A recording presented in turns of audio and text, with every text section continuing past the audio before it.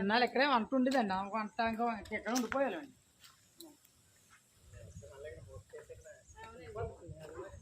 పాపకి ఎప్పుడైతే పెళ్లి చేసామో ఇంకా అలా ఆయన అక్కడ ఉంటాడు కదండి, పాప మా దగ్గరే ఉంటది. ఇంకా ఊర్లో ఇల్లు కట్టుకోవడం వల్ల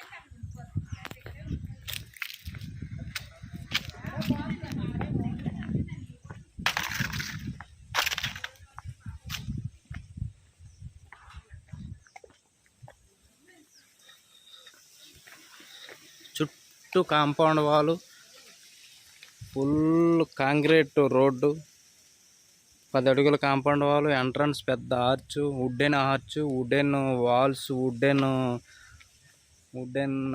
వుడ్ కుటీరం, గెస్ట్ హౌస్, పైన టాప్లో పర్ణశాల గెస్ట్ హౌస్.